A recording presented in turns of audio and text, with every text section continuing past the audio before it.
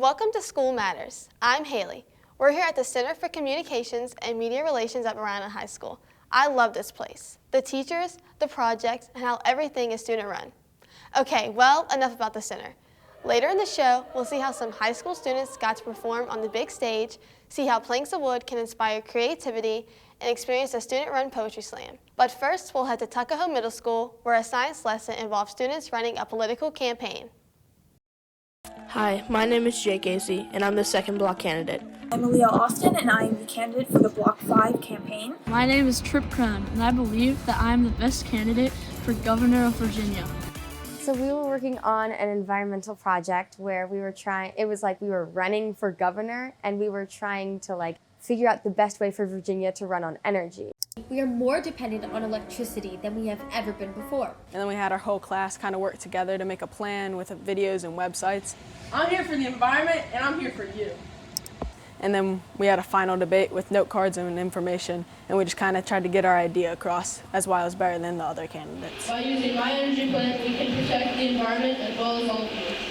Each class was their entire group. So unlike a normal 2, 3, 5-person group working on a group project, this was 30 kids working towards a common goal. Each class was given a set of roles. They got to pick the roles that they wanted. So we had researchers, writers, video producers, web designers, and managers, and then the candidate. But how exactly is he here for us? Let's walk you through our new energy plan. All 5 of the candidates had vastly different plans of how they were going to answer the questions of how Virginia were going to get their energy. We are for low-pressure hydrothermal processing, which is basically melting plastic into diesel fuel. My plan of action is to make transportation more efficient by using oil and natural gases to power cars. And with coal and solar energy mixed, we will never run out. So mine was the eco-friendly one. My name is Emery Burns, and my team and I, the Burns campaign, believe that wind and solar energy are the cleanest and most applicable methods of energy production. We did all solar and wind power with a little bit of tidal power that we were going to incorporate into something better. But it can be safely incorporated with a proper plan and proper funding. We plan to use nuclear energy and geothermal to produce energy and heat, and then algae biomass and gasoline. We are storing nuclear waste in coal mines because coal... We had our researchers do a little bit of beginning research, and then we decided on which we were going to do and broke them up into smaller groups to research each individual thing a little bit more. Which brings us to our other source of energy. Geothermal energy! We watched all the videos, and I was trying to look for someone who was for coal, but I actually ended up voting for Hatcher because even though he was against coal, his plan still was good for the environment and it would still give us another job. So I was like, this still works. I'm Hatcher Cox, and I approve this message. The culminating message I hope the kids got out of it was that this is complicated, that there's a lot of right answers. There is no the answer for every person or every state or every country on energy answers, and it's constantly changing. It definitely made me think that before you go into voting, you need to do research and stuff on each candidate and get a feel for them.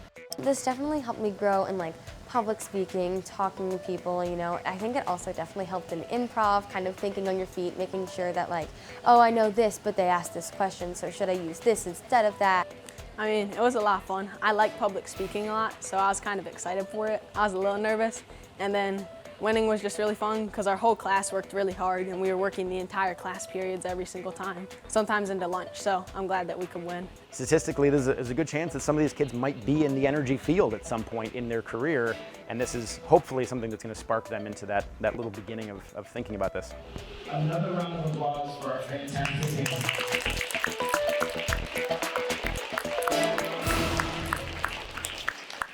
That was a pretty cool project for a science class.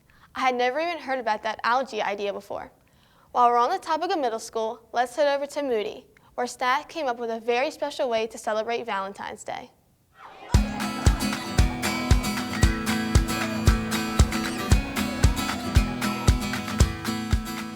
Today, in honor of Valentine's Day, we had Moody Love You Day. And they signed up for 3 different activities to attend today. And no schoolwork. We said don't bring backpacks.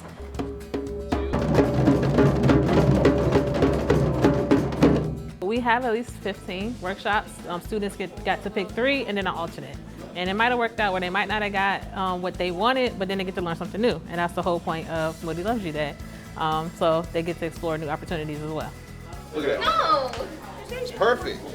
This one's perfect. So you understand the concept that as cheese melts, it spreads, yeah? So we had cooking where they made quesadillas, salsa, and guacamole. Another squish 'em. We had some craft rooms, making a bonsai tree, Just Dance. Henna, where we had actual students drawing the henna on Moody students. So it was a day to learn something new. I went into a board game room. I also went into our lip syncing room and saw one of our students who you wouldn't think dancing and singing. They were dancing and singing, so that was very entertaining. The logistics is a little difficult. Planning activities for 1,070 students is tough, and having enough rooms and places for students to go. But once everybody was in their one activity and I went around to the rooms, it was amazing. Students were smiling, learning something new, mingling with like different grade levels. I mean, every room is 6th, 7th, 8th together. And so it was a great, positive community building day.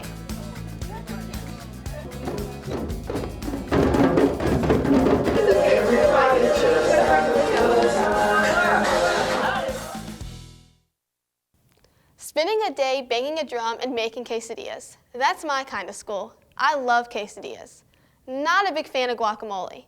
Up next is a report from another student who is a part of the Center for Communications and Media Relations. Take it away, Marlicia. Here with Ryan from Island Springs High School. My student is Halder. She's from Godwin. From Tucker, and she is also serving as chief of staff today. Today I have Gus from Freeman, who will be representing the Tuckahoe district. This is Student Government Day, where students around the county walk in the shoes of administrators. I've had a great morning connecting with Emma. But it wasn't just students shadowing administrators. It was students taking the initiative to share their innovative ideas. We have first period every day. In addition to like just being a class, they also kind of could be used to like give you information and whatnot. If we took the HCPS Instagram outlet that we already have and transformed it into something that's catered towards students through the sticky note, we would have an easier way to access students directly. Perhaps allowing a student to participate in the telephone calls or participate in the writing of the emails, and just give students more of a voice and a choice and a role in the operation of their schools. We learned many things, such as how we can take action to change our schools for the better. One of those things happened to be the mock school board meeting, but it wasn't just any meeting, it was a meeting run by students. I would like to welcome everyone to the March 7th, 2023 Student Government Day. Good afternoon, members of the Student Board and Student Superintendent. Today, we will present an overview regarding recruiting, retaining, and rewarding our educators. The HCPS teacher retention rate for the 2021 to 2022 school year decreased to 86%. And a lot of the feedback that I've heard from teachers that I've talked to is that they don't necessarily want to be checked in with, they want to be treated like working adult professionals. The word check-in is used very lightly. It's not just like a simple conversation, it's more in-depth. Now we've heard about incentives to teachers, but is there any sort of deduction for teachers who aren't performing 100%? The next item on the agenda is adjournment. This meeting is adjourned.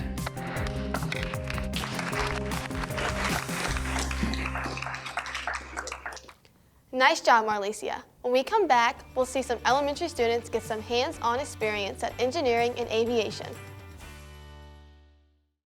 Hey Bobo, do trees tell each other stories? I'm sorry, I'm afraid I don't know that. Hey, why don't we go find out? Listen.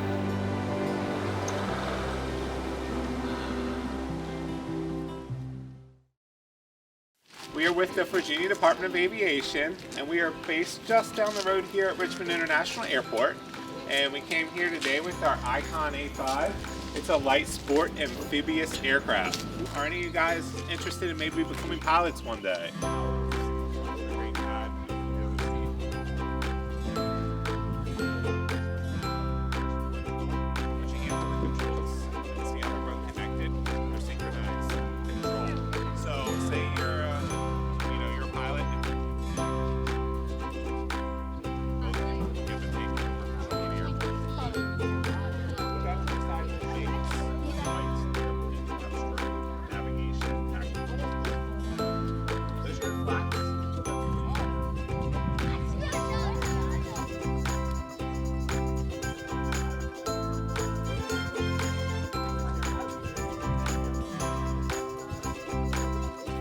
her feet on the roller coaster. There you go.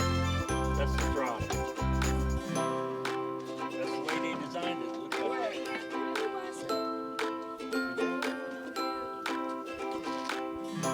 And then down here you get your rudder pedals.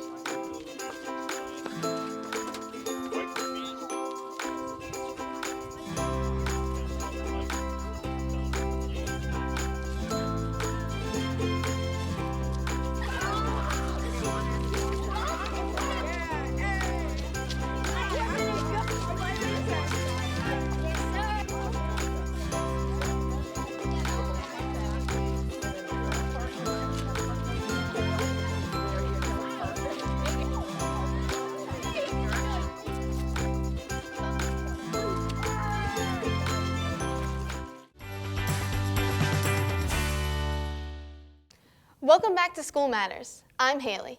Back when I was in middle school, one of the big decisions I had to make was about what to do in high school. Should I stick with my zone school? Should I go to one of the specialty centers? As you can see, I chose to come to the center here at Varina. Some 5th graders are kind of wrestling the same thing, but they are making decisions about 6th grade. Over at Wilder Middle School, they have the Gifted Young Scholars Academy, also known as GYSA. So if you want to know what a middle school program is like, you should probably hear from the students in it.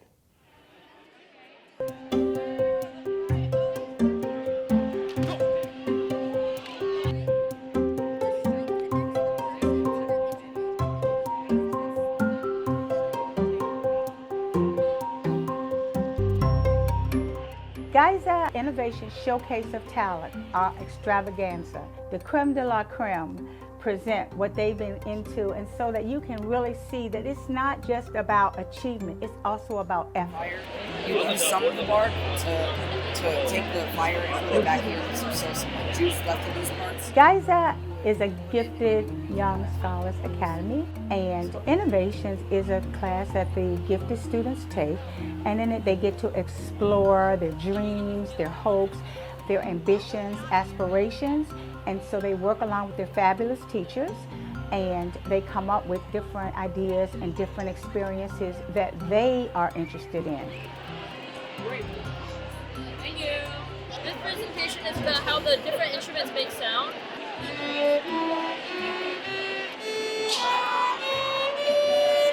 So I made a puppet, and I learned how to write a puppet show. This is Intro to Drawing. It's basically an art class for any level, and you learn different techniques and art styles. All of these things. So does that happen? It was definitely to show the parents what the kids are learning and achieving, and all the effort and planning that went into it, but also for incoming families to look at the gifted program and say, hey, I want my child to be a part of this. And I heard that comment from so many families. It's a moon! Yeah, the filmmaking class is really interesting because these kids eventually want to go on and be directors. They're into actually the copywriting, the screenwriting, actual filmmaking. The baking class, the kids are into trying new recipes. And then we made desserts without really thinking that. We called it no bake dessert. It's something for everyone. It's not just like specific grade level, they're mixed. So 6th and 8th and 7th, they all get to work together.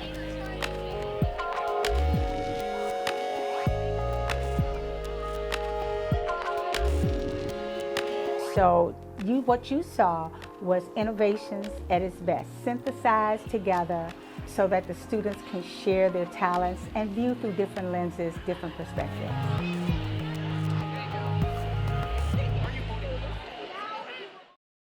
That looks like a pretty cool program. Now let's travel to an elementary school, Colonial Trail. They recently had a competition that involved engineering skills, artistic talent, collaboration, and most importantly, having fun.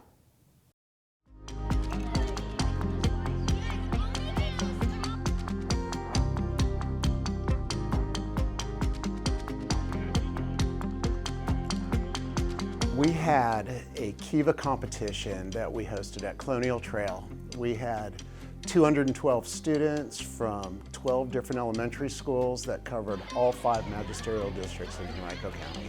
All right, KEVA builders, for the team competition. On your marks, get set.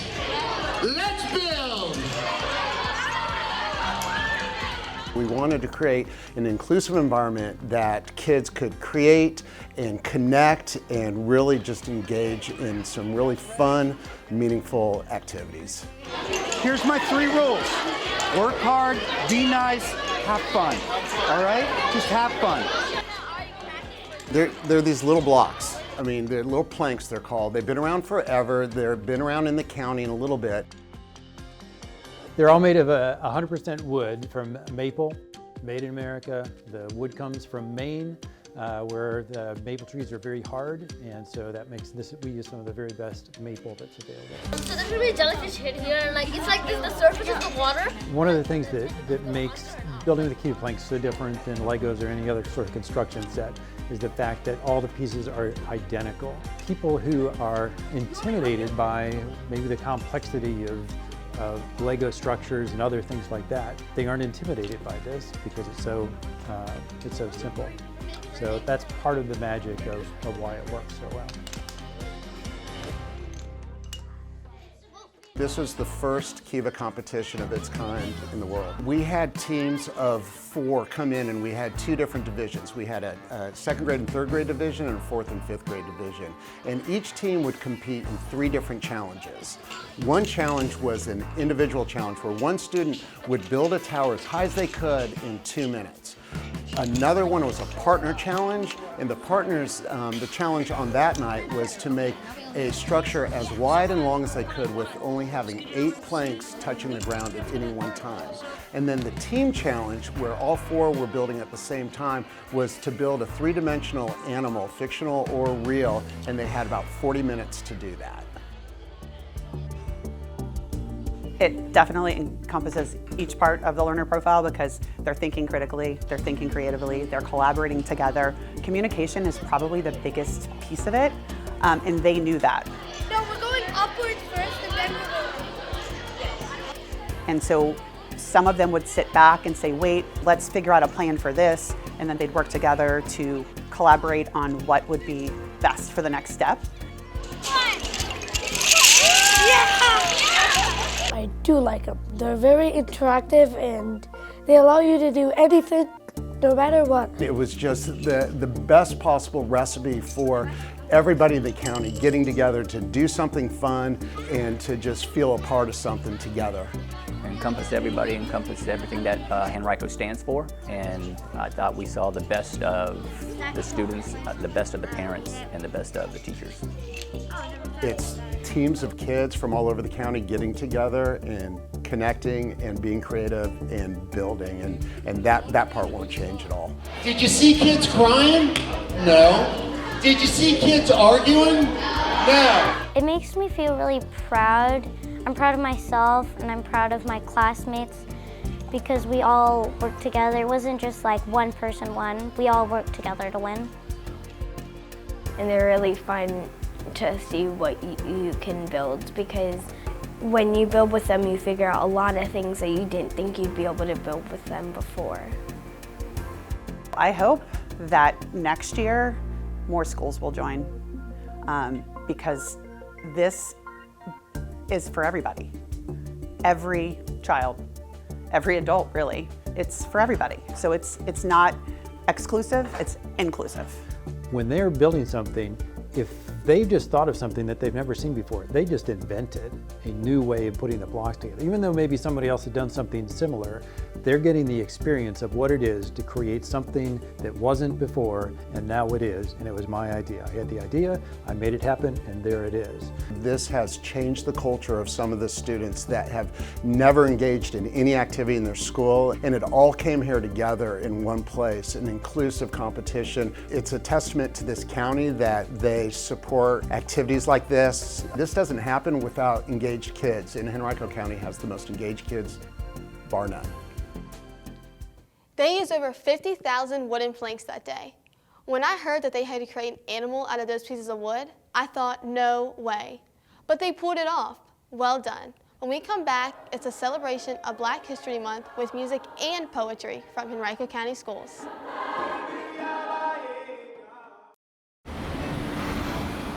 Hey, let's check out this park. Oh, wow, that's really cool. To find a great local park or forest near you, go to discovertheforest.org.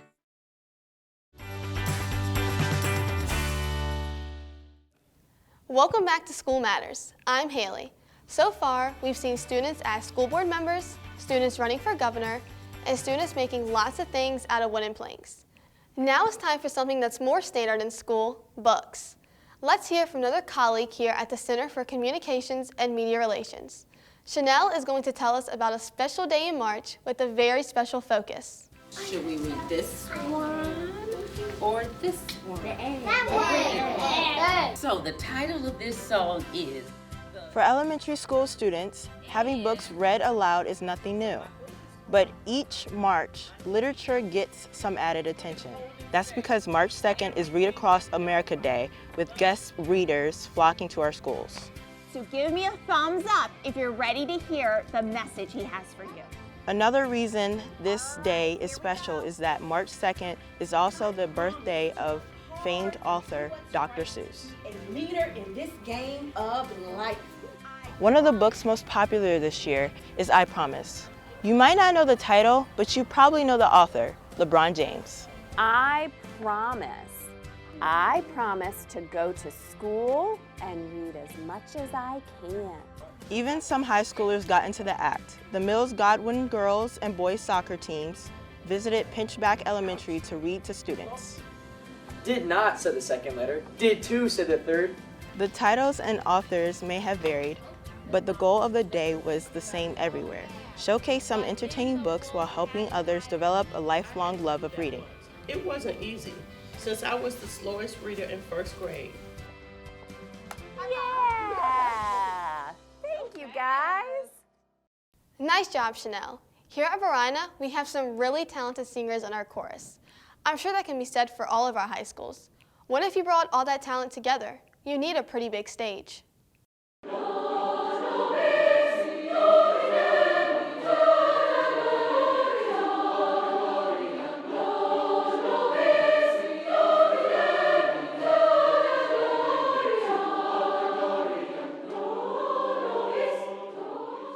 We had an amazing opportunity to have 450 kids, I believe, to come to present a Black History Month concert down at the Dominion Energy Center.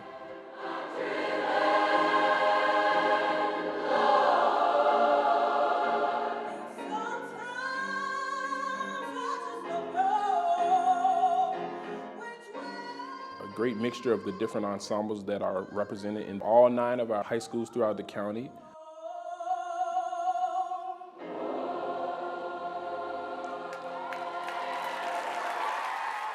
She was incredible. Her talent at such a young age was awesome. And then following that, they brought up another young man to the stage.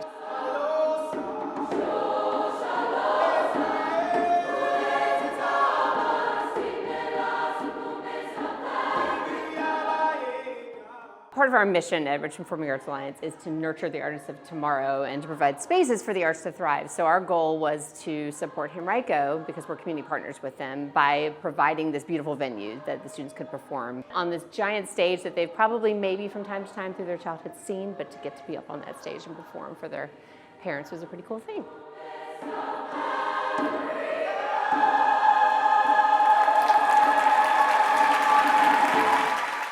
I thought it was amazing. I was honestly blown away that we were able to fit that many kids on the stage. A lot of creative placing, but we managed to get them all up there, and it was really overwhelming to see them all up there singing together and just excited about the music that they were performing and excited to be there all together. Over the past at least 10 years or so, we've had this traditionally in one of our community churches. However, we've outgrown that space, and having it here was just an opportunity for us to connect with one of our community partners and present a concert in an amazing musical space. One of the songs that they selected to perform was Lift Every Voice and Sing. And the director got the audience involved, and so they sang along with them. It was nice to see them get that experience, and I can't even imagine how surreal it felt for those students to be standing again on this big, giant Carpenter Theater stage performing.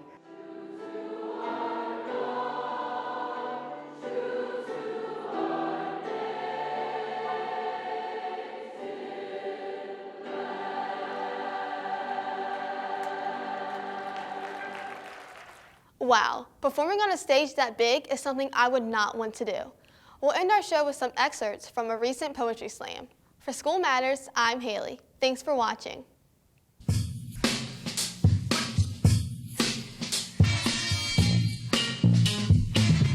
Good evening and welcome to the first Black History Month Poetry Slam. I'm alone, I'm judged, I'm Black. I'm different, I'm smart, but I'm Black. I fall, I get back up, I'm Black. I'm tall, I'm pretty, but I'm Black. I'm independent, I'm strong, I'm Black. I have a dream, I want to achieve it, but I'm Black. Life is hard because I'm Black. I have a dream too, of a world where hate is a thing of the past, where people are free to love and live, not stressed or separated by class, where we all stand united, hand in hand, creating a future that's fair and grand. We live in a country that says justice for all, so how come no one answers when we call, or picks up when we fall? For a time, we were riding on high illusions and ending up on the ground with wounds and contusions. Some ended up dead for proclaiming the things that needed to be said. I contend that true freedom requires a voice, consciousness, and a choice. Black woman has become accustomed to her baby slaughtered. Black woman has become accustomed to the same kind of death herself. Black woman feels like she should change her name from mother to martyr. Black woman is even afraid to call herself Black woman too many times in this here poem because she has been taught that she is too insignificant to be acknowledged. My dream is to change this perception, this tainted image of our section, fighting each other for the selection of white validation, the hesitation of supporting our brothers and sisters or sucking up to misters, tricksters. They list us ranked one by one of who's unworthy of riding the bus. The bus to freedom? No. The bus to further solidification of white power, white supremacy, to continue their legacy while we struggle with our identity. Time for class. In middle school now, was in all advanced classes, still felt like the class clown in class having the material down, got some of them to stop seeing me as a fool. Class over, but there's no playground. News spreads around fast. There's a Black girl in our class. Who's she? Can I touch her hair? Why would I think I would ever belong here? Now, I got reasons to be mad. I got a reason to ball up my fist and scream as loudly as I can, releasing generations of suppressed anger off my chest. I'm mad that Black women are the vest to a bullet before we're the victim. See, I'm mad that slavery lives rent-free in Section 8 housing with welfare checks to make the hood feel rich. I would more readily identify as American than Black. Not because I'm ashamed of our story, but because I don't know our story myself. I don't deserve to be up on the stage. The legacy I've laid is one of academic excellence, but ethnic negligence. And that's the price that I pay. So my dream, and it's more of an unction, really, is that this month speaks to me, and not just to society. The winner of this is Adia Leverett for Time for Class.